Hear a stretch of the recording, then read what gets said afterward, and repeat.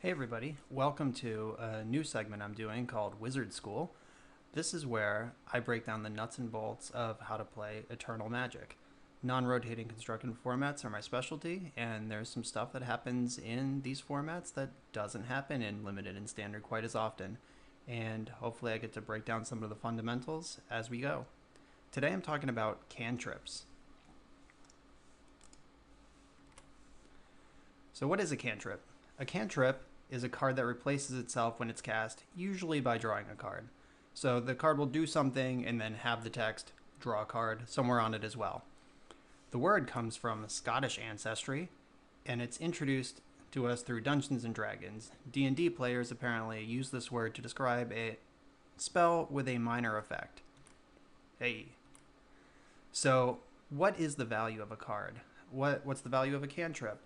So, Magic is a game of resources. Generally, to get some sort of effect, you have to give up a card. But cantrips have an effect and they replace themselves, so you're not down a card. So, you still have to pay the mana, but as far as card economy goes, you're not down anything. So, compare on your screen. There's Spark Spray, which deal 1 to any target, cost 1, and Zap, deal 1 to any target, draw a card, cost 3. Raise Dead, return a creature from your graveyard to your hand. Recover is the same card, but as draw a card, and it costs 3. So, Wizards clearly knows that draw a card is a valuable effect to have on a card because these cards cost 3 times as much as their non-cantripping counterparts. Oh, cantrips tend to define formats. So every card on the screen here, this is just off the top of my head. This is just as many pictures of cards as I could fit on the screen that have defined a format that they're in. And some of them ended up too good for the formats they were in. And a couple more of these, I think Ancient Stirrings and Manamorphose, have both been in conversations to get out of Modern as well. So cantrips can be serious business. Legacy is defined by cantrips, specifically Brainstorm. And Legacy is the Brainstorm format. Ponder is a close second, and Preordained's limping in at third, but it's still definitely Legacy playable. So Brainstorm, you always see 3 cards. Ponder, you see 3 cards up front, and you have an option to see a 4th. Preordained, you see 2 up front, an option for a 3rd. So we talked about cantrips being some minor effect that also draws a card. The thing that these 3 cards have in common is that the minor effect they have is seeing cards. So you get to see a bunch of cards and then also draw a card. That's pretty powerful. All right, so where do the cards go? Let's start to break down these 3 cantrips. So in Brainstorm, all 3 of the cards are added to your actual hand. Then you'd put 2 cards back from your new hand that's plus 3 cards. So you just pick up 3, put back the worst 2. Ponder, you look at 3 cards from the library, rearrange them, or shuffle them away completely, then 1 card is added to your hand. Preordained, you look at the top 2, you can put each one on the top or the bottom, and then 1 card is added to your hand. So what does that all mean? Brainstorm can completely change your hand.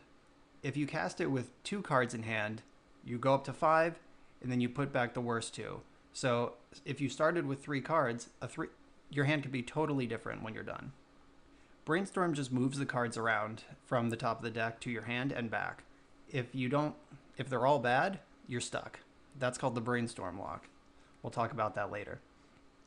But in general, Brainstorm is kind of like a pay advance, where it's like, I'll pay 1 mana now to see what's going on for the next 3 turns, and then put them back and work my way through them. Ponder sees the most potential cards.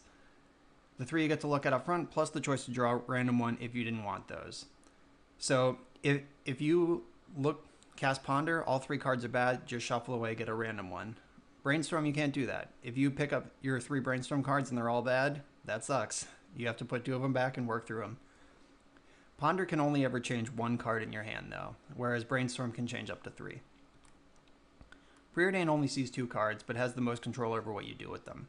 So you could choose per card whether to leave it on top and draw it or send it to the bottom. So if you see 1 good card, 1 bad card, Preordained is the perfect card for you. Preordained can also only ever change 1 card in your hand. So let's start to visualize what these cantrips look like when they're in action. So here's Brainstorm in our 3-card hand. We cast Brainstorm. 3 new cards get added to the hand. now we have a 5-card hand, and we have to pick our worst 2 cards to put them back. When we're done, we're going to have a 3-card hand, and we're going to know the top 2 cards of our deck.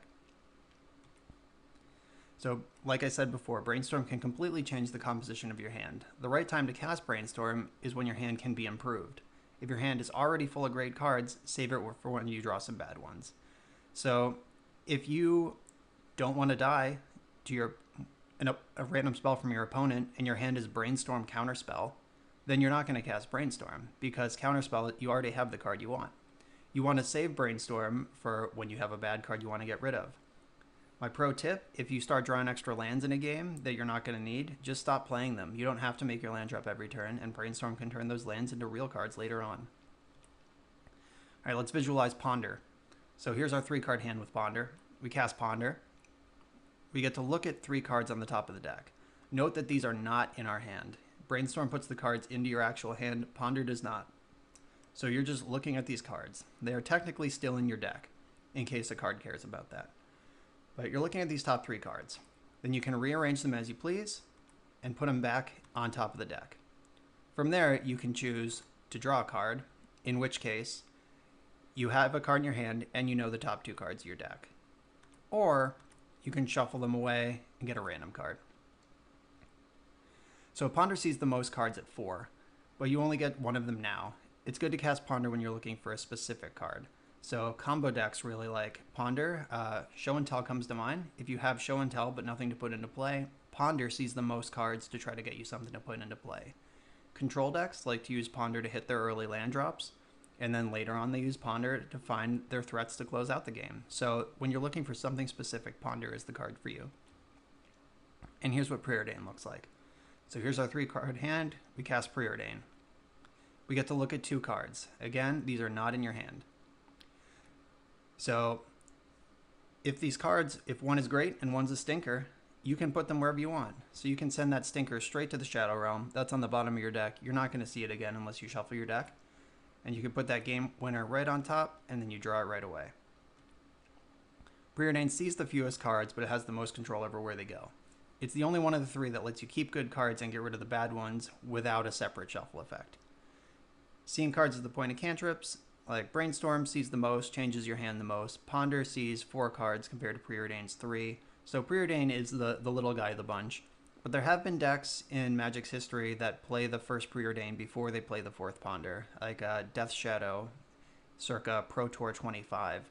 That was a deck that wanted to find only good cards once it hit the mid-game. It didn't have time to ponder into a threat and 2 lands and work through the lands. It wanted to find the threat and get rid of the extra land. So Preordained does have a leg up in some ways over the other cantrips. All right, so what did we learn today? We learned that if you want to find a specific card, Ponder is the cantrip you want to cast. If you want velocity, finding only good cards and no bad ones, use your Preordained. And if you need a whole new hand, Brainstorm is what you're looking for. So thanks for watching this. I hope it was fun and informative. So make sure to hit the sub button if you liked it.